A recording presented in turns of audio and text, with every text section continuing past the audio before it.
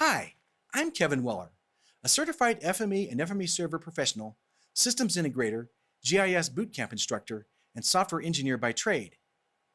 I tend to push the envelope when it comes to treating FME workflows as custom software, requiring modular architecture, automated testing, and other software engineering methods. I own Modern Geosystems, a safe software service partner specializing in comprehensive geospatial solutions architecture, implementation, and application development.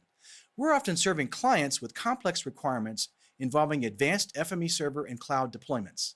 One such client needed an up-to-date replica of their Salesforce data, including location data, in an Esri-compatible PostGIS enterprise geodatabase, so they could more easily integrate it with other enterprise data, including geospatial studies involving a high-availability ArcGIS enterprise deployment we installed for them.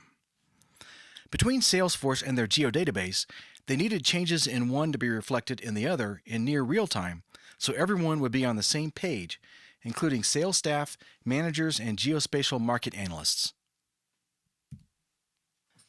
So I decided to implement a bidirectional data synchronization scheme using the relatively new Streams feature in FME Server.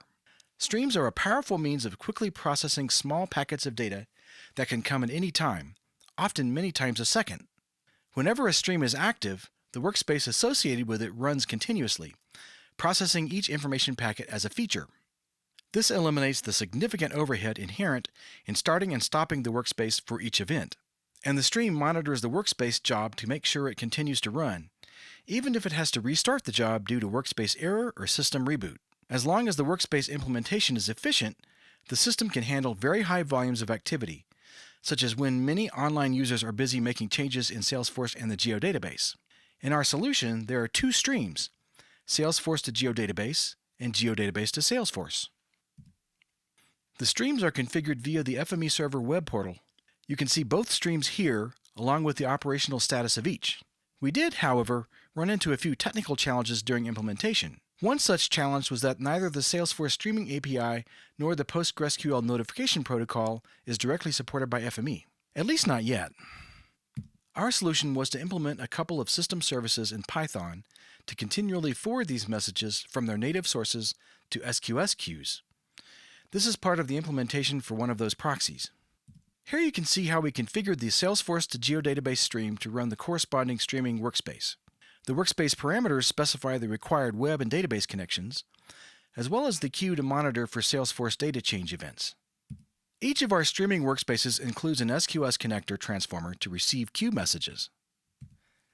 Note that the mode is set to stream, which means the transformer will run continuously, waiting for events and passing each event on as a feature to be processed by the rest of the workspace. We had to tackle a few more challenges along the way. For instance, our implementation had to avoid synchronizing Salesforce-controlled metadata and read-only computed fields back to Salesforce. So we generated a self-maintaining data dictionary to keep track of which fields were which type. We also had to unpack and repack structured Salesforce fields composed of several values, using combinations of Python callers and other transformers inside reusable custom transformers. Another challenge arose from the fun fact that there are many Salesforce APIs, and we had to use several of those in the overall solution, depending on what we were trying to accomplish at any given time. However, these various APIs are terribly inconsistent in terms of parameter structures and data representation. So we encapsulated and hid these differences within custom transformers as well, and standardized data representation in the local geodatabase. A lot of Salesforce installations are configured to run background processes that further alter data after it's been created or modified by a Salesforce user or API call.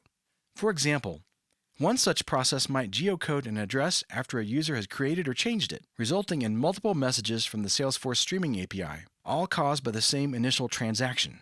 These exchanges between the two systems can react to each other such that they go back and forth forever, trying to assert dominance over the data. This is known as a race condition in computer science jargon. We implemented an algorithm in the sync workflow to detect and correct for these conditions. Finally, even though FME server streams are self-repairing, we had to deal with situations where the sync streams go down for any length of time due to some uncontrollable situations, leaving the data unsynchronized. So we also implemented a nightly batch migration using FME and the Salesforce bulk APIs to capture any changes that might have been left behind by such events during the previous day. This was also the best way to get all the relevant Salesforce data into the geodatabase in the first place. Streams are a powerful new feature of FME Server that enable fast processing of high volumes of real-time data. Data synchronization between systems is but one use case for streams, but it's worked beautifully for us. We now have a Salesforce real-time data sync solution that, by our contract with our client, we can reuse for other clients or even within our own business processes. I hope sharing our experiences with streams will inspire you to imagine how you might use this real-time FME Server capability. Thank you for your time and attention.